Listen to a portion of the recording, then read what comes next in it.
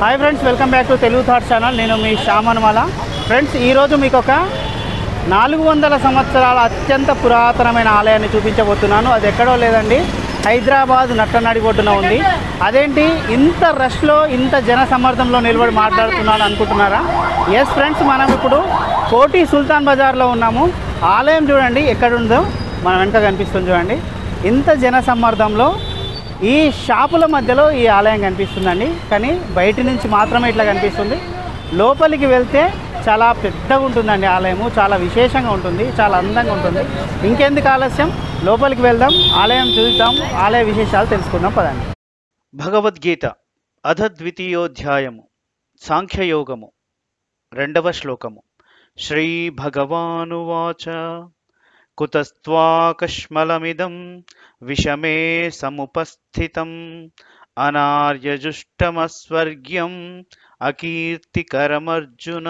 Friends, మనం ఇప్పుడు చూడబోతున్న ఆలయానికి వెళ్ళడం చాలా సులభం. స్వంత వాహనాలున్న వారైనా లేనివారైనా బస్సుల్లో కూడా చాలా సులభంగా చేరుకోవచ్చు. కోటి ఉమెన్స్ కాలేజ్ తెలియని వారు ఉండరు. నగరంలోని అన్ని మూలల నుంచి కోటి ఉమెన్స్ కాలేజ్కు బస్సులున్నాయి. ఇక్కడ బస్ స్టాప్లో దిగితే ఆలయానికి నడుచుకుంటూ వెళ్ళొచ్చు. కోఠి ఉమెన్స్ కాలేజ్ సిగ్నల్ నుంచి రామ్కోటి వెళ్ళే రోడ్లోకి వెళ్తే చాలు ఆలయం కనిపిస్తుంది. లేదా కోఠి ఆంధ్ర బ్యాంకు చౌరస్తా నుంచి దిల్సుఖ్ నగర్ బస్టాండ్ వైపు వస్తుంటే కోఠి ఉమెన్స్ కాలేజ్ చౌరస్తాలో లెఫ్ట్కు తిరిగిన రామ్కోటి వెళ్ళే రోడ్కు వచ్చేస్తాం.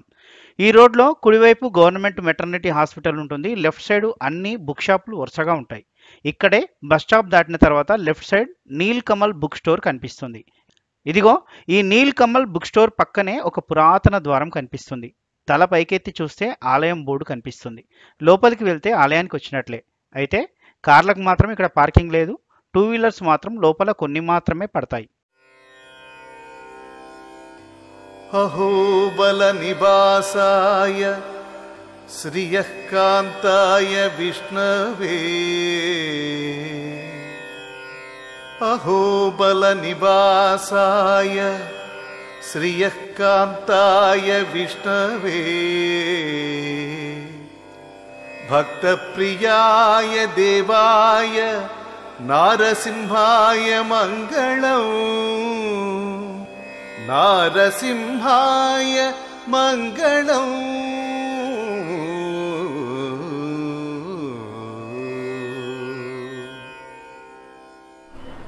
మనం ఆలయం లోపలికి వచ్చిన తర్వాత ఇలా గోపురం కనిపిస్తుంది, ధ్వజస్తంభము. మనం గర్భగుడి వెళ్ళే ముందు ఇక్కడ స్వామిని దర్శించుకుందామండి. ఎవరు? ఆంజనేయ స్వామి అండి. చూస్తున్నాం కదా, ఆహా, వెండి తొడుగుతో ఎంత బాగా కనిపిస్తున్నారండి. ఇప్పుడు గర్భగుడి పైన చూసారా, నరసింహస్వామి కూడా కనిపిస్తున్నారు. అటు ఇటు అమ్మవార్లు. బా, ఎంత పురాతనమైన ఆలయం అండి, నిజంగా అద్భుతం.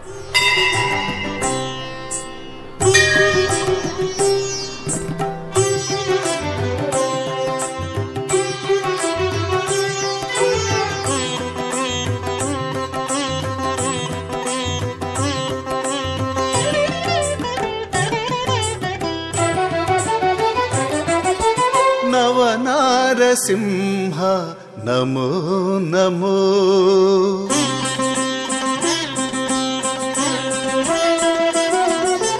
నవనారసింహ నమో నమో భవనాసి తీర అహోబల నారసింహ నవనారసింహ.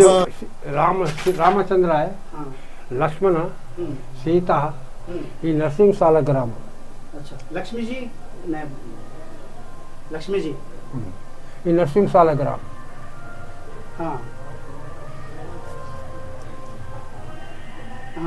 ये भी सालग्राम है. विष्णु जी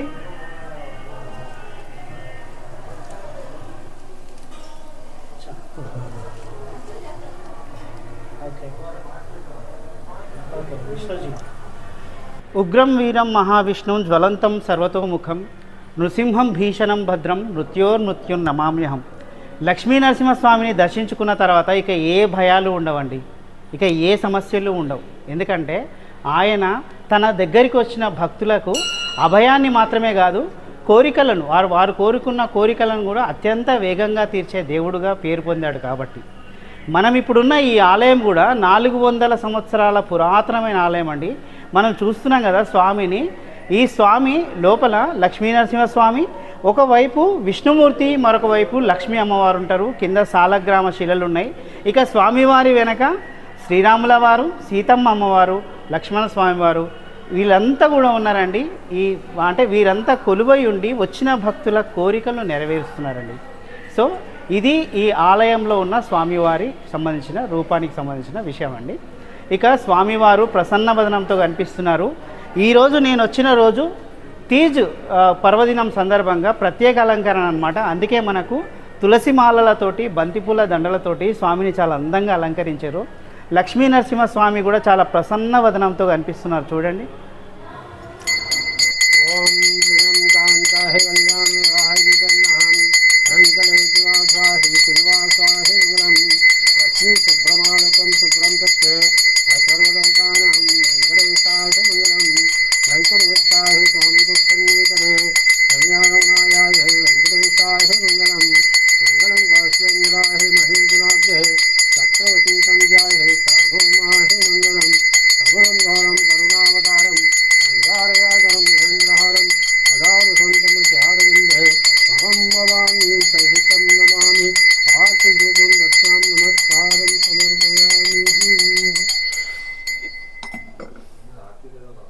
నమో నమో భవనాసితీర అహోబల నారసింహ నవ నారసింహ నవ నారసింహ నవ నారసింహ నమో నమో.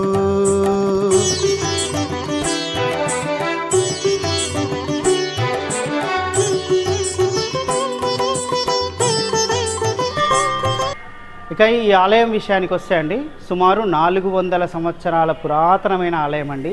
కోటి సుల్తాన్ బజార్లో షాపుల మధ్యలో, అంటే మనకు ద్వారము చాలా స్పష్టంగా చూస్తే తప్ప అర్థం కాదండి ఇక్కడ ఒక ఆలయం ఉందని. కానీ లోపలికి వచ్చిన తర్వాత ఒక విశాలమైన ఆలయం, చాలా అందంగా ఒక పురాతనమైన శైలిలో ఒక ప్రాచీనమైన ఆలయం మనకు కనిపిస్తుంది. అంటే నిజంగా మనం నమ్మమండి. కానీ ఇది సాధ్యమైంది ఎవరి వల్ల అంటే శ్రీ గోవర్ధన్ దాస్ మహారాజ్ వల్ల సాధ్యమైందండి. ఆయన 400 సంవత్సరాల కింద ఈ ఆలయాన్ని నిర్మించడం జరిగింది. ఆ తర్వాత చాలామంది ఈ ఆలయానికి తమ వంతుగా ట్రస్ట్ సభ్యులుగా ఉంటూ విరాళాలు అందించడం, ఈ ఆలయాన్ని అభివృద్ధి చేయడం జరిగింది. ఇక పన్నాలాల్ పిత్తి గారు, అదేవిధంగా వీళ్ళంతా కూడా ఈ 100 సంవత్సరాల కింద ఒక ట్రస్ట్ సభ్యులుగా ఏర్పడి ఈ ఆలయాన్ని అభివృద్ధి చేస్తూ వచ్చారు. ఇప్పుడు ఈ ఆలయ ట్రస్ట్ చైర్మన్గా, అదేవిధంగా ఫౌండర్ ట్రస్ట్ చైర్మన్గా కూడా గోవింద్ రాఠి గారు ఉన్నారు. మనం ఆయనను అడిగి మిగతా వివరాలన్నీ కూడా తెలుసుకుందాం ఈ ఆలయానికి సంబంధించి. ఈ మందిర్ 400 లక్ష్మీ నరసింహ మందిర్ 400 నుంచి నడుస్తున్నది. ఈ మందిర్ చాలా పురాతన మందిర్. ఎందుకంటే ఈ మందిర్ సుల్తాన్ బజార్లో సెంటర్లో ఉన్నాయి. దీనిలో వేరే వేరే కార్యక్రమం జరుగుతుంది. కార్యక్రమం అంటే నరసింహ జయంతి, దీపావళి తర్వాత అంకుట్ ప్రసాదం అవుతుంది, కృష్ణ జనం అవుతుంది, రామనవమి ఉంటుంది, ఇంకా వేరే వేరే కార్యక్రమం ఉంటుంది. ఇప్పుడు చూస్తున్నాం మీరు ఎట్లా లేడీస్ వచ్చి దర్శనం చేస్తున్నారు. దానికోసం ఇది 400 ఇయర్స్ నుంచి మందిర్ నడుస్తుంది. ఈ మందిర్ ఇప్పుడు మేము ఇది డెవలప్మెంట్ చేసినాం. ఇప్పుడు చూస్తున్నాం ఇది టైల్స్, మార్బల్ కూడా పెట్టేసినాం. ఇంకా ముందు ఇక్కడ అన్ని కిచడ్ ఉంటుంది, నీళ్ళు ఆపేస్తారు ఇక్కడ. దానికోసం ఇది అయింది. మన పక్కకు శివజీ మందిర్ ఉన్నాయి. శివజీ మందిర్ ముంగట ఒక పెద్ద హాల్ ఉంది. ఇది ఆ హాల్లో మేము గరీబ్ లోకు ఒక అక్కడ ఆయన వాళ్ళకు ఏమేమి కావాలి అంటే మేము నిశుల్క్, అది ఏం జాదా శుల్క్ తీసుకుంటలేదు, అది కూడా ఇస్తాం. మాకు ఏమి ఇబ్బంది అంటే పార్కింగ్కి ఇబ్బంది ఉంది. ఆ పార్కింగ్ లేదు, దానికోసం కొంచెం ఇబ్బంది అవుతుంది. ఎప్పుడు అవుతుంది అంటే చాలా పెద్ద పెద్ద ఫంక్షన్ అవుతుంది. నరసింహ జయంతి అవుతుంది, రామనవమి ఉంటుంది, కృష్ణ జయంతి ఉంటుంది. అప్పుడు జర కొంచెం మేము డిపార్ట్మెంట్ వాళ్ళకి చెప్తారు, ఈ పని ఏం పోటు ఉంచవద్దు, ఎందుకంటే మీరు చార్మినార్ దగ్గర అక్కడక్కడ ఏం చేస్తలేదు మా మస్జిద్ దగ్గర, దానికోసం ఇది కూడా పురాతన మందిర్, దానికి కూడా ఇక్కడ ఏం ఇబ్బంది చేయవద్దు అని చెప్తారు. దీనికి నరసింహ్ మహారాజ్ పుజారి ఉన్నాయి ఇంక ముందు. దాని తర్వాత మురళీధర్ మహారాజ్, దాని తర్వాత రమేష్ మహారాజ్ వాళ్ళు ఈ మందిర్కు చూస్తారు.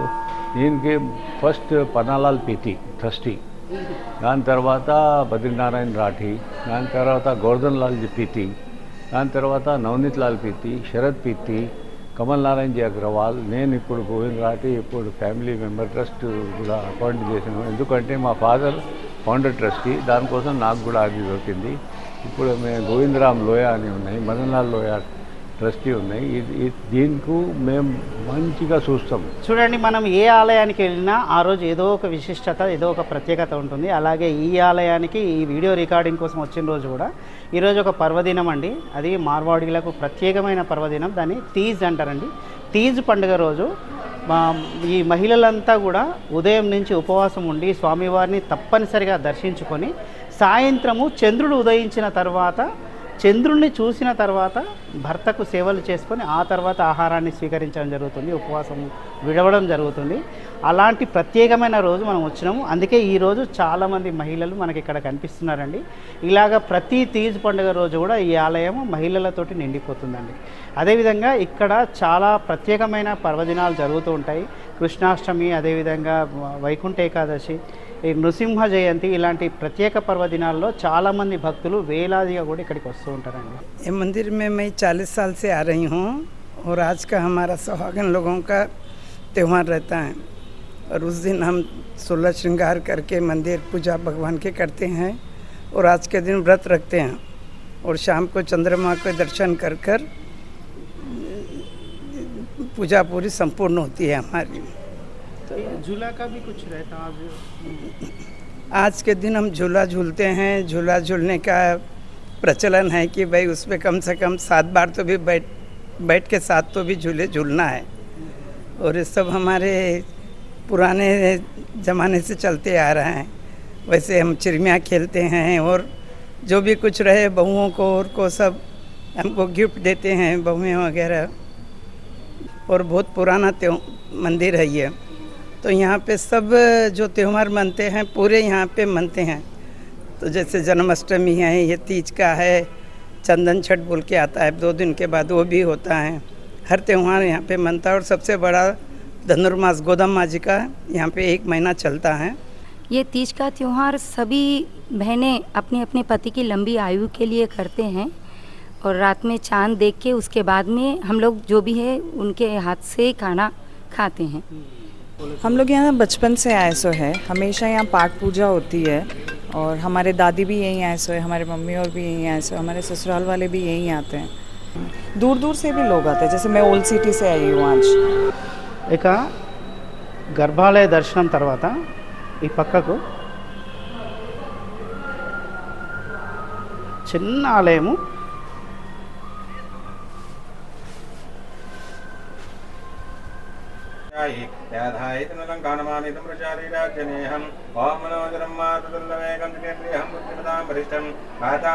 చూడండి, ఒక అద్భుతమైన విశేషమైన మూర్తిని ఈరోజు మీకు చూపించబోతున్నాను. ఒక ప్రత్యేకమైన శిల అండి. ఏంటిదంటే, ఇప్పుడు ఈ 400 సంవత్సరాల చరిత్ర గల ఈ ఆలయము హైదరాబాదు నట్టనడి బొడ్డున ఉండడం మాత్రమే కాదు, ఈ ఆలయంలో ఉన్న ఇంకొక ప్రత్యేకత మనకు కనిపిస్తున్న ఈ స్వామి శిల అండి. ఏంటిది ఈ శిల ప్రత్యేకత అంటే, ఆంజనేయ స్వామి, గణపతి అంటే వినాయకుల వారు ఇద్దరు కూడా ఒకే శిలలో వచ్చారనమాట. అది స్వయంభూగా, ప్రతిష్ఠితం కాదండి, స్వయంభూగా భూమిలో నుంచి వచ్చిన శిల అండి. ఎంత మహిమాన్వితమై ఉంటుందో ఒకసారి ఊహించుకోండి. సిద్ధి బుద్ధి ఇచ్చేవారు మన వినాయకులు, అదేవిధంగా ధైర్యాన్ని శక్తినిచ్చేవారు హనుమంతుడు. ఈ 4 లక్షణాలు మనకు వస్తున్నాయంటే ఈ స్వామిని దర్శిస్తే ఇంకేం కావాలండి మనకు. అది ఇక్కడ ఉన్న ఈ ఆలయంలో ఉన్న ఈ మూర్తి ప్రత్యేకత. అందుకే ఈ ఆలయాన్ని దర్శించండి, ఈ మూర్తిని దర్శించుకోండి. చాలా అద్భుతమైన విశేషమైన శిల అండి. ఇలాంటి హనుమంతుడు వినాయకుడు కలిసి ఒకే శిలలో ఏర్పడిన మూర్తి ఎక్కడైనా ఉన్నారా? నాకు తెలిసి అయితే ఎక్కడా లేరండి. ఉంటే మాత్రం దయచేసి మీ కామెంట్లో తెలియజేయండి. లేదు, ఇక్కడే ఉంది, ఎక్కడ కూడా లేదు. ఇది భూమి నుంచి వచ్చింది ఉంది, డైరెక్ట్ అట్లా ఏం స్థాపించింది లేదు.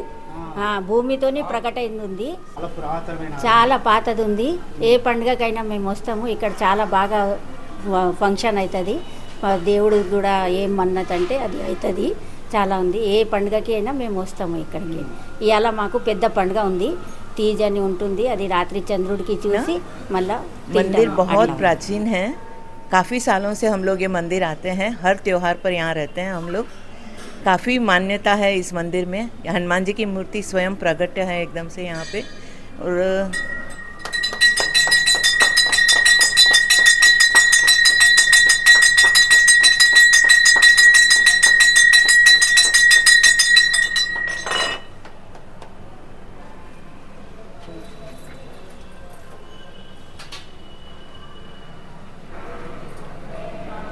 స్వామివారి దర్శనం తర్వాత ఎంత విశాలమైన ప్రాంగణం చూడండి. ఇవన్నీ కూడా దశావతార మూర్తులు ఉన్నాయి వెనక వైపు.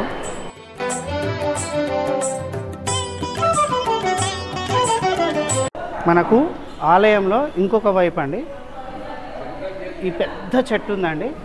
చూడండి ఎంత పెద్ద భారీ వృక్షము. ఇది కూడా సుమారుగా అన్ని వందల సంవత్సరాల చరిత్ర గల వృక్షం అనిపిస్తుందండి. ఇంకా అంతకంటే పురాతనం అనిపిస్తుంది. చూడండి, ఆహాహా, మనం కింద చూసాం కదా,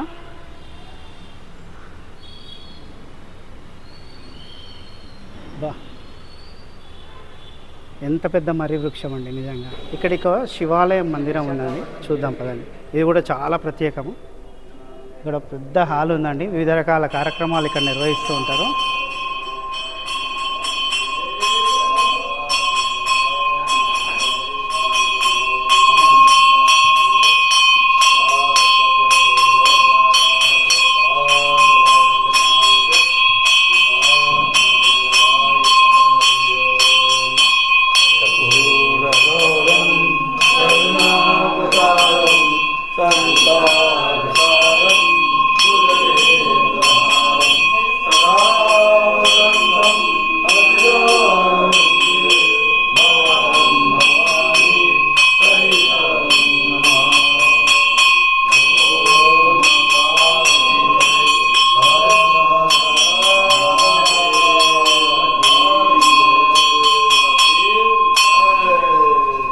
చూడండి, చాలా అరుదైన శివరూపం అండి. సద్యోజాత మూర్తికి సంబంధించి పంచముఖాలు ఉన్న శివుడు అండి. అంటే 5 ముఖాలు ఉంటాయి.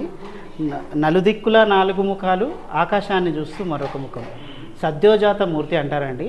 ఆ 5 ముఖాలను ఈశాన, తత్పురుష, అఘోర, వామదేవ సద్యోజాత మూర్తులుగా పిలుస్తారండి. ఇలాంటి సద్యోజాత మూర్తికి సంబంధించిన విగ్రహాలు అయితే చాలా తక్కువ అండి. ఈ శివలింగము ఇట్లాంటిది అంటే చాలా విశేషం అండి, చాలా ప్రసిద్ధం. అంటే సృష్టి మొత్తము శివయ్య రూపమే అని చెప్పడానికి ఈ సద్యోజాతమూర్తి అండి. అంటే ప్రతి దిక్కు కూడా 4 దిక్కులు ఆకాశంతో సహా అన్ని దిక్కులు కూడా శివుని రూపమే అని చెప్పడం ఈ సద్యోజాతమూర్తిలోని దాగున్న రహస్యం అండి. మనం ఇక్కడ చూస్తున్నాము. అయితే ఇక్కడ విశేషం ఏంటంటే ఈ సద్యోజాతమూర్తి కూడా సుమారుగా ఈ ఆలయానికి ఎంత చరిత్ర ఉందో అంత పురాతనమైన మూర్తి అండి. నిజానికి ఈ శివలింగము ఇదివరకు మనం చూసిన ప్రధాన ఆలయం పక్కనే ఉండేది. ఆ తర్వాత కొద్దిగా పక్కకు మార్చడం జరిగింది. సో ఇప్పుడు ఈ సద్యోజాతమూర్తి అతి పురాతనమైన శివలింగం మాత్రమే కాదు, చాలా విశేషమైనది, విశిష్టమైనది కూడా. ఇక ఆలయం బయటనే అండి మనకు ఒక వైపుకి ఇక్కడ ఒక సమాధి అనిపిస్తుంది చూడండి మనకు. ఇది చాలా విశేషం అండి. ఇది ఈ సమాధి ఎవరిదంటే ఈ ఆలయాన్ని ఎవరైతే స్థాపించారో నరసింహదాస్ మహారాజు ఎవరైతే ఉన్నారో వారి సమాధి అండి. ఆయన జీవ సమాధి పొందారండి. అంటే బ్రతికుండగానే సమాధిలోకి వెళ్ళారు. అయితే అందులో విశేషం ఏం తెలుసా, ఇప్పటికీ ఆయన మహత్యము అంటే స్వామివారికి ఎంత పరమ భక్తులో, ఎంత సిద్ధపురుషులో ఆయన ఇప్పటికీ కూడా ఆయన ఇక్కడ సంచరిస్తూ ఉంటారట. కొందరు పరమ భక్తులకు ఆయన ఇప్పటికీ కనిపిస్తూ ఉన్నారట అండి ఈ నరసింహదాస్ మహారాజు. సో అది ఈ ప్రత్యేకత అండి, విశిష్టత. ఈ ఆలయానికి విశేషం ఉంది. అది శ్రీ లక్ష్మీ నరసింహస్వామి వారి మహత్యం అని కూడా చెప్పొచ్చు. మీరు గమనించారో లేదో కానీ అత్యంత బిజీగా ఉండే కోఠి సుల్తాన్ బజార్లో ఎంత ధ్వని కాలుష్యం ఉంటుందో మీ అందరికీ తెలుసు.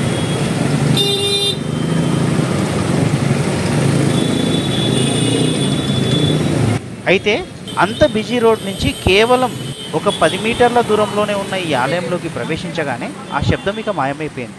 అసలు రోడ్డు మీది శబ్దం ఏమాత్రం ఇక్కడ వినిపించడం లేదు. ఈ విషయం గమనించి నేనైతే ఆశ్చర్యపోయాను. పూరీ క్షేత్రంలో బయట వినిపించే సముద్రపు హోరు ఆలయంలోకి ప్రవేశిస్తే వినిపించదు అంటారు. అలాగే ఇక్కడ కూడా ఏదో మహత్తు ఉంది అని నాకు అనిపించింది. ఆలయం లోపల ఎంత ప్రశాంతంగా ఉందంటే మనసంతా ఏదో భక్తిభావం నిండిపోయి ఏవో తెలియని వైబ్రేషన్స్ నన్ను కమ్ముకున్నాయి. మీరు కూడా వచ్చి ఈ అనుభవాన్ని ఆస్వాదించవచ్చు. సో ఇవ్వండి ఈ కోటి సుల్తాన్ బజార్లో కొలువై ఉన్న శ్రీ లక్ష్మీ నరసింహస్వామి ఆలయానికి సంబంధించిన విశేషాలు. నిజంగా చెప్పాలంటే ఇంత బిజీ ఉన్న సుల్తాన్ బజార్ కోటిలో ఇలాంటి ఒక పురాతనమైన ఆలయం ఉందని నిజంగా ఎవరు ఊహించుండరు. కానీ ఈ ఆలయం చూస్తే మీకు ఇప్పటికే అర్థమైపోయి ఉంటుంది, మనకు తెలియని ఎన్నో ఆలయాలు మన మధ్యే మన హైదరాబాద్లోనే నట్ట నడిబొడ్డున ఉన్నాయండి. ఇంకా అలాంటి ఆలయాలన్నీ కూడా పరిశోధించి మీ అందరికీ అందించడము చూపించడమే నా లక్ష్యం అండి. ఇందులో మీ సహకారం కూడా కావాలండి. ఎక్కడైనా ఎవరికీ తెలియని పురాతనమైన ఆలయాలు ఉంటే దయచేసి మీ కామెంట్లో ఈ ఆలయానికి సంబంధించిన వివరాలు పెట్టండి, నేను వాటిని చూపించే ప్రయత్నం చేస్తాను. మరి ఈ ఆలయానికి సంబంధించిన ఈ వీడియో మీ అందరికీ నచ్చిందా? నచ్చితే దయచేసి లైక్, షేరు, సబ్స్క్రైబ్ ఈ 3 మాత్రం మర్చిపోకండి. ఇక ఈ లక్ష్మీ నరసింహస్వామి అనుగ్రహము ఆశీస్సులు మీ అందరికీ కలగాలని ఆకాంక్షిస్తూ సైనింగ్ ఆఫ్ మీ శ్యామ్ అనుమాల.